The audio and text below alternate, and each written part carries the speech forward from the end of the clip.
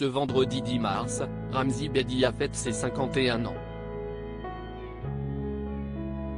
L'acteur qui aujourd'hui alterne entre projets hilarants et plus sérieux, a commencé sa carrière aux côtés d'Éric Judor.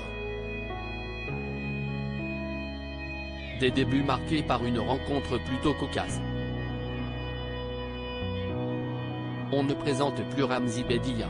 Depuis de nombreuses années, il fait rire les Françaises et les Français, notamment avec ses rôles iconiques dans les séries H et La Flamme. Un humour qu'il met parfois de côté pour nous offrir des rôles plus émouvants, comme celui de Neptune, un criminel poète particulièrement bouleversant, dans Cette musique ne joue pour personne, réalisé par Samuel Benchetrit. Avant d'être cet acteur pouvant alterner entre les registres, il était toujours accompagné de son ami Éric Judor. Avec lui, il a fait Les 400 coups, et plusieurs films, dont La Tour Montparnasse infernale, et Steak de Quentin Dupieux. Une amitié qui dure depuis presque 30 ans, car c'est en 1994 que les deux hommes se sont rencontrés. Tu m'as fait prendre conscience du ridicule de ce que je faisais. Si le duo est connu pour ses blagues et ses gags hilarants, leur rencontre ressemble fortement à leur travail.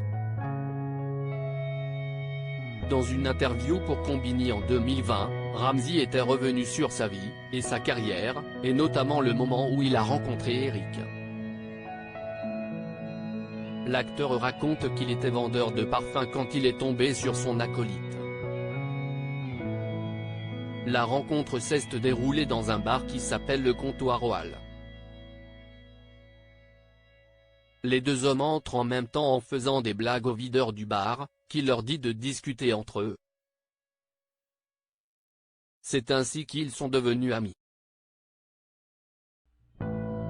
En 2016, Pure People racontait que la rencontre entre les deux hommes était encore plus comique, notamment à cause du style vestimentaire de Ramzy qui aurait mis une robe comme le confiaient les deux amis. C'est un peu comme une rencontre entre un mec et une meuf. Il jouait la meuf, bien évidemment, déclarait Éric à propos de Ramzy.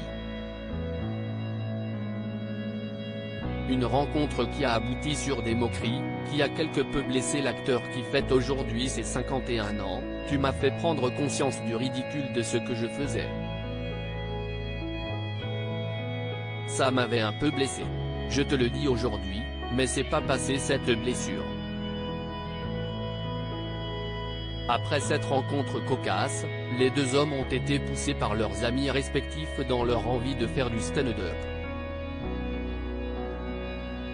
Et l'histoire leur a donné raison, et la carrière du duo est aujourd'hui la preuve qu'il faut savoir écouter ses amis.